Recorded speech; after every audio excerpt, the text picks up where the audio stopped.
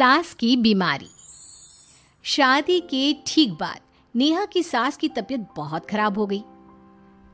बताइए क्या हुआ है आपको? बेटे की शादी थी तो थकान हो गई। मौसम बदल रहा है तो जुकाम और बुखार हो गया। ऊपर से बहू के घर का खाना पता नहीं कैसा था कि पेट भी खराब हो गया। खाना तो बहुत बढ़िया था डॉक्टर साहब, सारे रिश्तेदार तारीफ कर रहे थे। रोहित की माँ इतनी कमज़ोर है कि जरा से में बीमार पड़ जाती है। डॉक्टर साहब आप सारी जांच करके देखिए, मुझे ऐसी क्या बीमारी है कि मेरी तबीयत ठीक ही नहीं रहती। फिलहाल तो ज़्यादा कुछ नहीं है, पहले आपके जुकाम बुखार और पेट का इलाज कर लेते हैं, फिर बाकी के टेस्ट करवा लेंगे। अभी आप ये दवाइयाँ ले आइए। पिताजी मैं डॉक्टर साहब को छोड़कर और दवाइयाँ लेकर आता हूँ। माँ जी तो बीमार थी, इसलिए नेहा ने किचन संभाल लिया। माँ जी अब आपकी तबीयत कैसी है? पहले से ठीक है। आप बैठिए, मैं खाना लगाती हूँ। तेरे बाबूजी और रोहित ने खाना खा लिया? रोहित तो टिफिन लेकर ऑफिस गए हैं माँ, और बाबूजी ने खाना खा लिया है। आप शुरू कीजिए। यह क्या, खाने में इतना तेल इतने मसाले? अरे अभी अभी तो तबीयत ठीक हुई है मेरी, तुम क्या मुझे वापस बीमार करना चाहती हो? नहीं माँ जी, ऐसा नहीं है। क्या हुआ? देखो ये बहू ने कैसा खाना बनाया है। खाना तो बहुत ही स्वादिष्ट था। अरे मैं ये खाना खाऊंगी तो बीमार हो जाऊंगी ना। ओह हाँ, बहू को अभी पता नहीं ना तुम्हारे बारे में, रोहित समझा देगा उसे। देख बहू, अच्छे से समझ लेना कि इस घर में कैसा खाना बनता है। हाँ माँ जी, मैं समझ लूँगी, लेकिन अभी आप कुछ तो खा लो। ये खाना खा लूंगी तो कल का खाना खाने के लिए बचूंगी भी नहीं। सास की बातें सुनकर नेहा उदास हो गई। उसने रोहित के घर आती ही उससे माँ जी के खाने के बारे में पूछा। आज माँ जी ने मुझे खाने के लिए बहुत बुरा भला कहा। माँ को मसालेदार और तेल घी वाला खाना सूट नहीं करता, वो बीमार पड़ जाती हैं। ऐसी क्या बीमारी है माँ जी को? पता नहीं, आज तक कई डॉक्टरों को दिखाया, कितने टेस्ट करवाए, लेकिन कोई बीमारी पकड़ में ही नहीं आई।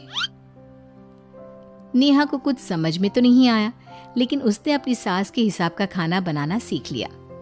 माँ जी आज तो खाना ठीक है ना? खाना तो ठीक है, लेकिन ये मुआ रेडियो क्यों चल रहा है इतनी तेज आवाज में? वो माँ जी मैं अकेले काम करते करते बोर हो रही थी ना, तो टाइम पास करने के लिए चला दिया। तेरा इस टाइम पास के चक्कर में मेरा सर दर्द से फटने लगा है। तेज आवाज से मुझे माइग्रेन हो जाता है। सॉरी माँ जी, मुझे पता नहीं था। तुम्हें जब तक सब पता चलेगा तब तक मैं तो भगवान के पास ही पहुंच जाऊंगी। नहीं नहीं, ऐसा मत कहिए ना माँ जी। अब मैं कहीं भूख से ही ना मर जाऊं। खाना मेरे कमरे में रख दो। बेचारी नेहा, उस दिन उसे बहुत दुख हुआ। नेहा तुम रो क्यों रही हो? आज माँ जी ने मुझे बहुत बुरा भला कहा, मैं तो सिर्फ रेडियो सुन रही थी। ओहो, तुम माँ की बातों का बुरा मत मानो, उन्हें तेज आवाज से सर दर्द होने लगता है, दर्द की वजह से बोल दिया होगा कुछ। लेकिन मुझे तो ये सब पता ही नहीं था ना, इसलिए बाबूजी ने मुझे पहले ही फोन करके सब कुछ बता दिया, और मैं तुम्हारे लिए ये हेडफोन लाया हूँ। अब तुम अपने गाने भी सुन सकती हो और माँ को परेशानी भी नहीं होगी। ये सिर्फ एक बात का हाल है, लेकिन माँ को तो हर चीज से परेशानी है। अब क्या कर सकते हैं, माँ बीमार ही इतनी रहती है। लेकिन माँ को ऐसी कौन सी बीमारी है? तुम्हें बताया तो था, किसी भी डॉक्टर को माँ की बीमारी समझ में नहीं आ रही। अब तुम भी ये सब सोचना छोड़ दो, ये हेडफोन लो और अपने पसंद के गाने सुनो। रोहित के गिफ्ट से नेहा की एक परेशानी तो दूर हो गई, लेकिन उसके मन में कई सवाल खड़े हो गए। आज मैं देर से उठा हूँ या तुम जल्दी उठ गई? वो माँ जी को कल रात भर सर दर्द हुआ ना, तो जल्दी उठकर उनकी जगह मैंने पूजा कर दी। अरे वाह, अच्छा अच्छा, हे भगवान ये किसकी करामत है? ये तो माँ जी की आवाज है। चलो चल के देखते हैं। क्या हुआ माँ? अच्छा, यह घर में गुलाब कौन लाया? मुझे नहीं पता, मैं तो अभी उठा हूँ। माँ जी आप कल रात भर सो नहीं पाई, तो मैंने जल्दी उठकर पूजा पाठ किया। घर में फूल नहीं थे ना, तो मैं बाजार से गुलाब के फूल ले आई। नेहा माँ को गुलाब के फूल की एलर्जी है। अब मुझे ये कैसे पता होगा? अच्छा, तुझे कुछ पता नहीं तो तू वही काम क्यों करती है जिससे मेरी तबीयत खराब हो जाए? रोहित के बाबूजी, ये बहू मेरी जान लेना चाहती है। माँ जी, मुझे ऐसा करके क्या मिलेगा? वो तो तुझे ही पता, लेकिन कुछ तो है। रोहित की माँ, बस करो। बेचारी बहू को कुछ पता ही नहीं है, बस इसलिए उससे गलती हो जाती है। जाओ तुम कमरे में। बहू, तुम रोहित की माँ का बुरा मत मानो। वो अपनी बीमारियों से इतनी परेशान है कि उल्टा सीधा बोल देती है। नहीं नहीं बाबूजी, मुझे बुरा नहीं लग रहा, मुझे चिंता हो रही है माँ जी की बीमारी की। ये बताइए कि माँ जी को ऐसी प्रॉब्लम्स कब से होने लगी? शादी के 6-7 महीने बाद से। बाबूजी, तब घर का माहौल कैसा था?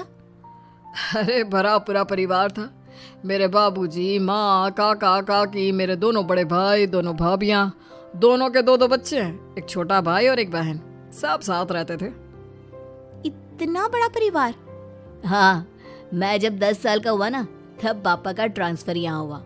उसके पहले तक तो हमारी जॉइंट फैमिली ही थी। और माँ जी किस चीज से बीमार पड़ जाती हैं? जब तेज गर्मी हो, ठंड हो या ज्यादा बरसात हो जाए। जब माँ ज्यादा थक जाए, जैसे दिवाली पर घर की सफाई या कोई फंक्शन हो, या ज्यादा मेहमानों के आने से घर का काम बढ़ जाए। तेज म्यूजिक, तेज लाइट या ऐसे कोई तेज स्मेल आ जाए।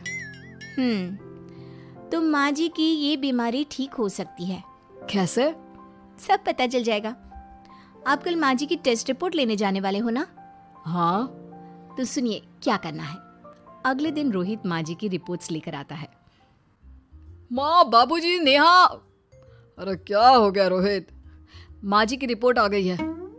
कुछ सीरियस है क्या? जिसका डर था वही हुआ।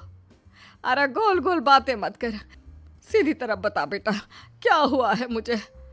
माँ, आपकी किडनी, लिवर सब फेल हो गया है। आपका दिल भी कमज़ोर हो गया है। डॉक्टर ने कहा है कि आपके पास सिर्फ 1 महीना बचा है। ये क्या बक रहा है? ऐसा हो ही नहीं सकता। मुझे लग ही नहीं रहा कि मैं इतनी बीमार हूँ। लेकिन माँ जी, रिपोर्ट झूठी तो नहीं हो सकती ना? हाँ, माँ को 20 साल की उम्र से बीमारी लग गई थी, लेकिन कोई डॉक्टर पकड़ नहीं पाया और अब ये बीमारियां बहुत ज़्यादा बढ़ गई हैं।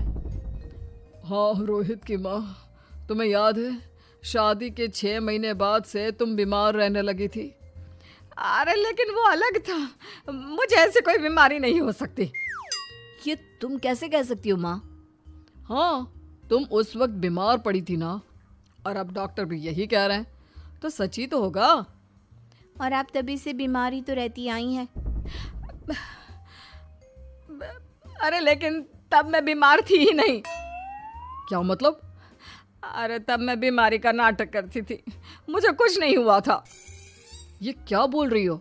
हाँ, घर में इतने सारे लोग थे और सबसे छोटी बहू मैं थी, तो सारा काम मुझे करना पड़ता, इसलिए काम से बचने के लिए मैं नाटक करने लगी। लेकिन आपको अभी भी वही बीमारियां होती है ना माँ? हाँ, अगर नाटक था तो ये प्रॉब्लम तुम्हें अभी क्यों होती है? इसका जवाब मैं देती हूँ। माँ जी कई महीनों तक नाटक करती रही, इसलिए इनके दिमाग ने धीरे धीरे इस झूठ को सच मान लिया और इनका दिमाग उन बीमारियों का एहसास कराने लगा। हैं? ऐसे भी होता है क्या? हाँ माँ जी, इसे प्लेसिबो इफेक्ट कहते हैं। जब आप बात बात पर बीमार पड़ने लगी तो मैंने अपने मामा से बात की, जो एक साइकोलॉजिस्ट है। उन्होंने बताया मुझे। तो ये रिपोर्ट्स? मैंने झूठी रिपोर्ट बनवाई थी नेहा के कहने पर, ताकि आप सच बताएं। यानी मुझे कुछ नहीं हुआ? नहीं माँ जी, और आपकी इस प्रॉब्लम का भी सोल्यूशन है। हम किसी अच्छे साइकोलॉजिस्ट को दिखाएंगे और आप जल्द ही ठीक हो जाएंगी। वाह बहू, मैंने तुझे इतना भला बुरा कहा और तूने मेरी जिंदगी भर की तकलीफें दूर कर दी। थैंक यू और सॉरी बहू। अरे मुझे भी तो सॉरी कहो, पूरी जिंदगी तुम्हारी सेवा की है, वो भी झूठ मूठ की बीमारी के लिए। हाँ हाँ, आप भी माफ कर दो मुझे, बस सॉरी। तो इस तरह नेहा ने अपनी सास की बीमारी पकड़ भी ली और ठीक भी कर दी।